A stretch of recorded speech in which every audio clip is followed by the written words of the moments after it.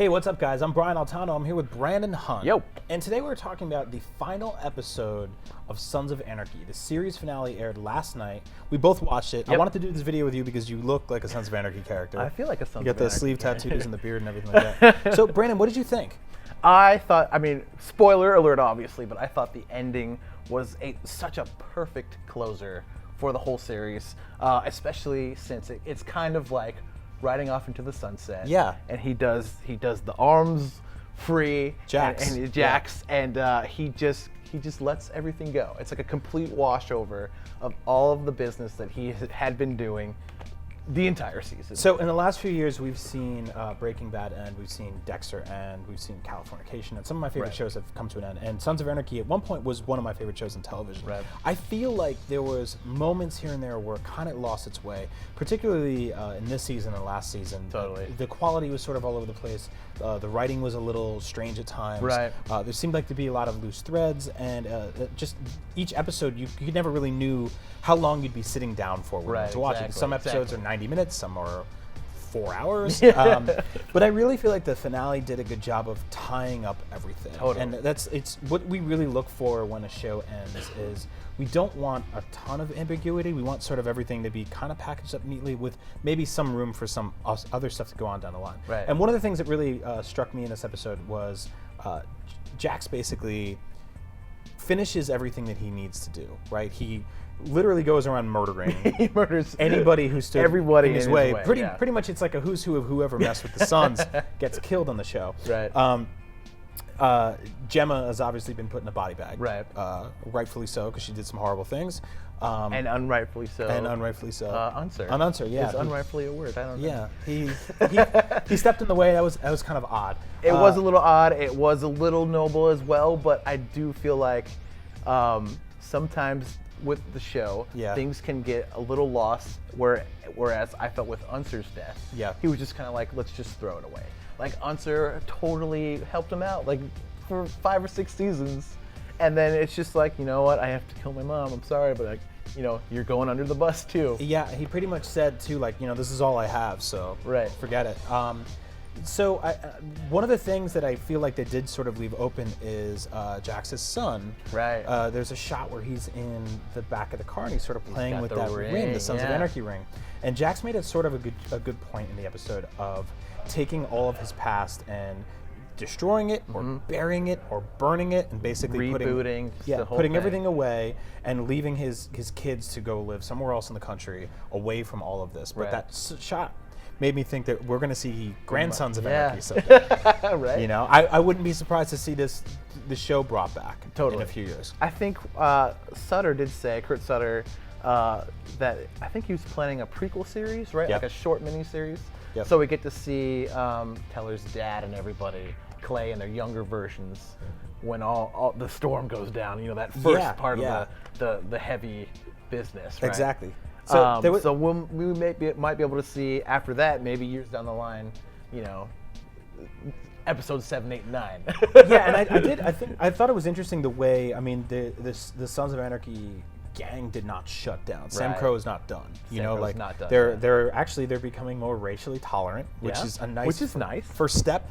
It took them 7 years to be like, you know what? Equality is a good thing. Change is good. That's right. So that was sort of left open. I feel like the way the ending itself was handled. Right. Let's talk about that. Like, I saw a lot of feedback. Some people were saying that it was over the top. Some people were saying it was too much. What did you think of Jax basically ending his own life? This is a guy that went around murdering people for years. It's tough to root for a character like this. And you would think that if anybody was going to get him, it would be maybe another son, because he did screw over other people as part of that family. Right. You would think maybe it'd be the law, because he's been screwing them over for years. Exactly. But he ended up taking his own life, Yeah. and in the way he did it was this very sort of over the top, very Freebird down the highway type of thing. And it was what I felt was, or not felt, this was obvious, it was very religious. Tons of religious overtones. Absolutely. He's got the Jesus Christ pose. He sees the ghost girl who basically represents death, right? The homeless woman. Yes. And they zoom in this very ham-fisted shot of the wine and the bread, right? Yeah. And this is your communion right here. Right. This is your death and rebirth, and stuff right? like that. And Michael Chiklis, who's from The Shield, there's some rumors that these shows might have crossed over at some point, is driving a truck down the highway, and he crashes head on, and as he does that, he yells, "Jesus!" And you see Jax die. It's a little on the nose when you think about it. It's a little on the nose right? that you see Jax die, and then you see the blood pour out, which is the wine, and then you see the piece of bread on the highway. Right. I had some problems with some of the CG in that one scene. Yeah, the birds and everything. It reminded me of, I thought actually the way the bird flew off and we cut up to that, and I thought that was a beautiful sort of finale. And then we brought it back down to the street, and it was just like, here we go. Yeah. Full-on religious overtones. Then we had this big, heavy Shakespeare quote. Yep. And then that's it. And Sons of Anarchy ended. And that's it. Yeah. So how do you feel like it wrapped up everything for you? I do. It definitely did, because normally, especially with like Breaking Bad before, right?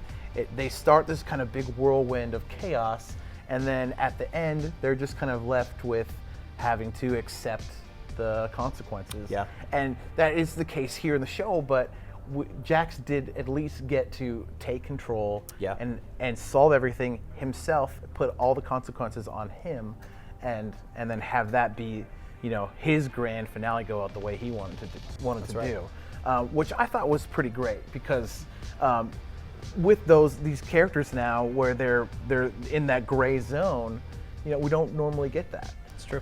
So I did enjoy that. I actually didn't really pick up much on the Jesus Christ overtones until later, when we see the bread. I was like, what is that? They're eating bread. Oh, okay, I got it. But I was really, throughout the whole show, Sutter was saying, it's kind of based on Hamlet, so it's this big kind of like Hamlet homage, I guess. Yeah. And that's what I was trying to put together, and you kind of can see that in the same way Hamlet kind of, he has to bite at the end too. Yeah. And I'm just thinking, this is Hamlet. This is how it goes down, And but I think Hamlet with a little bit more control, less mental chaos, I guess. Yes.